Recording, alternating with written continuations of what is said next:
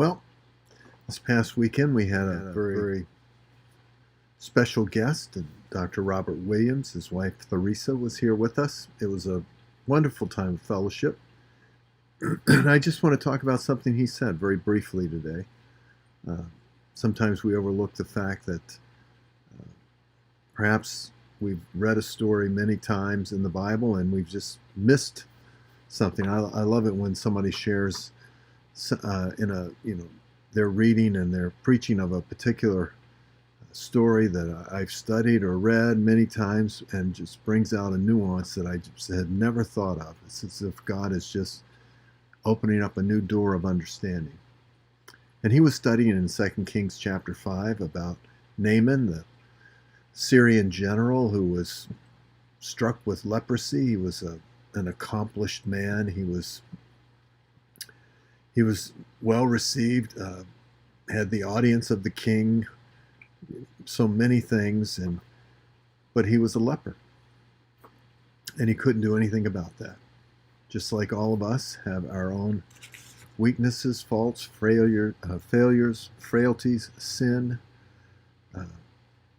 No matter how much we've achieved, we still have this sin nature that we carry with us. We're lepers. And therefore, there's a sense where we're just simply unclean. And you remember that the king of Syria sent to the king of Israel and said, send us a prophet so that he can heal our general here. And you remember the king of Israel tore his clothes. He said, this guy's just trying to provoke a war with me.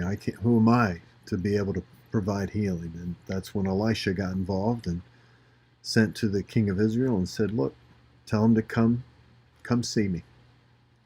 I'm just paraphrasing. You'll also remember that Naaman did. He came there in 2 Kings chapter 5, and he visited with Elisha, and Elisha sent Gehazi out, didn't even speak to him himself, sent Gehazi out and said, look, just go wash in the river Jordan.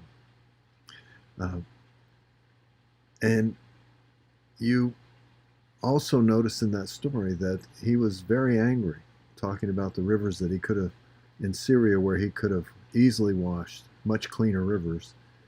And his servants said to him, it's actually 3 servants in the story. There's a slave girl that was captured and taken hostage into Syria, and there she was the one that spoke of the prophet that was in Israel. And then there's 2 servants that are with Naaman at this point that say, look, if he'd have told you to do some incredible feat, you would have easily done it. You'd have thought that nothing of doing it. But just a very small thing to go and bathe in the river Jordan 7 times, and you'll be cleansed. Servants. And the point that Dr. Williams made, which really touched me, is that the servants were truly the hero of the story, more than Naaman, more than Elisha himself. Obviously, God is the highlight of the story, but the ones who really spoke the truth of God, that motivated this person to take the first step of faith and the second step of faith, to do the things that not only to search out God's prophet, but then also to just honor the word that the prophet had spoken, were servants. Servants are the hero, just like Jesus is the hero of our story, because he was a servant. First and foremost, he was a servant.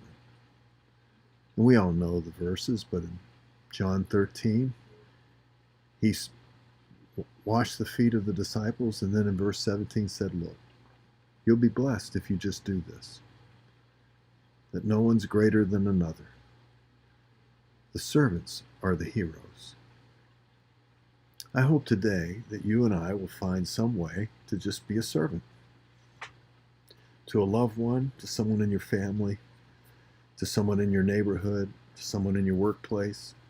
The servants are the heroes of the story. And so are we. Let's be servants today. Till next time, friends. God bless you.